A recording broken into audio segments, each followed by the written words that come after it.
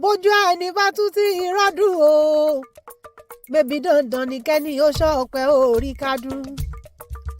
Òní ọjọ́ ìkarùndínlógún oṣù karùn-ún ọdún ní ṣàyájọ́ ọjọ́ tí a bí olóríire, aya rere lọ́ọ̀dẹ̀ ọkọ, obìnrin tí a fi ń wúre fóbìnrin nínú ayé bí Oriyomi Eunice aya Onikan sínú ayé bí. Ọjọ́ ayọ̀ ìlò níjẹ́ o, ọjọ́ ire ló níjẹ́. Òní lọ́jọ́ ìbí rẹ kò mọ̀ ní dọ́jọ́ ìbí fún ọ lórúkọ lọ́rùn ọba. Olóríire tó lò ní mo ní ọmọ gbọ́ bí mo ti ń wí o. Aya Honorable Gbénga Onikan, dákun mọ́ gbọ́ dídùn ẹnu mi. Ìwọ ló lò ní mọ́ dágọ̀ ọjọ́ tó rọ́dún rẹ̀ lóde. Ìyá Ṣeun wọ́n ni mò ń ké sí o. Ìyá Sára, ìyá Ìmísí Olúwa, ìyá Kristana mọ́ fi gègé lọ́rọ̀ ẹnu mi. Èmi ò ṣàdédé wá o, n ò dédé bọ́ sí gbàgede. Ẹbí Àlàbí lápapọ̀ ni wọ́n rán mi wá bí. Wọ́n ní Àlàmọ̀kẹ́, wọ́n ní dákun wá bá wa kí olóríire, aláyére, adùnún bá wáyé, adùnún bá ròde. Wọ́n ní adùnún rí lẹ́yìn ẹni ní Oriyomi ṣe nínú ayé mi.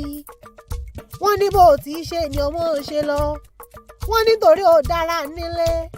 Wọ́n ló sì tún wuyì. Wọ́n ló sì tún wuyì. Wọ́n ló sì tún wuyì láwùjọ. Aṣọ ìrẹ́ ò mọ̀ ní fàyà lórúkọ lọ́rùn ọba.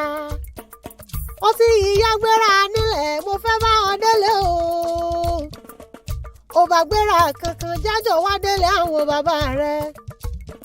Mo fẹ́ kí ìyọ́ bí ológun ẹrú, má kí ìyọ́ bí oníwọ̀fà ọgbọ̀n. Eunice n ó kí ìyọ́ bí ológun kẹ̀kẹ́ o. Olóríire má kí ìyọ́ bí ọlọ́gbọ̀n Abaja. IKORO-EKITI níṣẹ̀lẹ̀ àwọn bàbá rẹ̀. Ọmọ ẹ̀ṣọ́ ọ̀bẹ ẹ̀ṣọ́ Ukoro. Abọ́ ọmọ pẹ́yìn lọ́mọ amúdà parí iko. Ọmọ amúdà omi ní sunwọ̀n.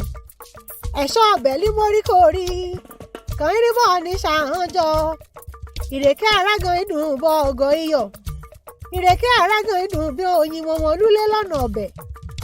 Ẹ̀yin lọ́mọ amúdà sílẹ̀ mógún ẹ̀rùn pani. Àkúkú bẹ́ ní orí o.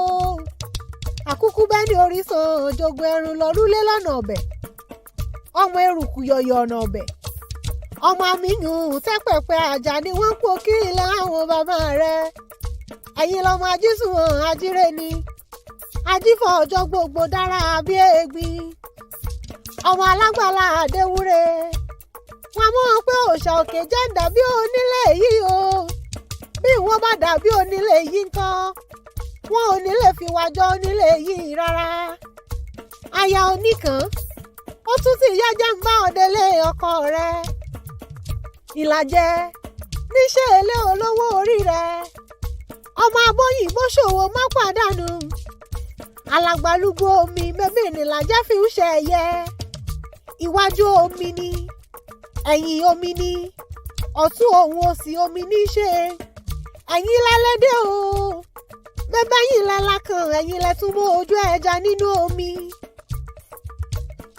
Ọmọ Ìlàjẹ ògún òmò ní agbélọ́kọ èèwà.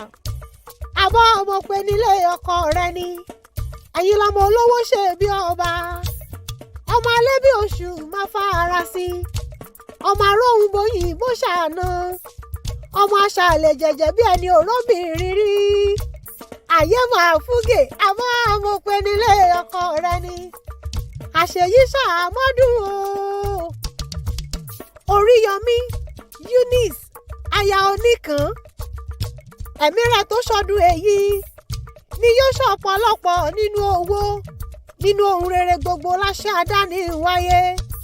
Kò wá sí bọ́ ọtí pẹ́ láyé tó ọmọ ní fàìsàn ló gbà, torí pírí lòlògò ojì. Ẹnìkan kì í bọ́kùnrin ẹyẹ lórí ìtẹ́. Òjòjò kì í ṣòwò kó mọ́lẹ̀ nájà kókókó lára ọ̀tá lé.